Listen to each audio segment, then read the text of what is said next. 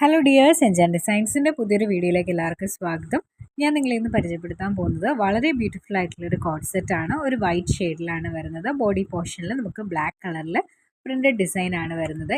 വളരെ ബ്യൂട്ടിഫുൾ ആയിട്ടുള്ളൊരു ചൈനീസ് കോളറാണ് ഈ ഒരു ടോപ്പിന് വരുന്നത്. ഫ്രണ്ടിൽ നമ്മൾ ഷോ ബട്ടൺ അറ്റാച്ച് ചെയ്തിട്ടുണ്ട്.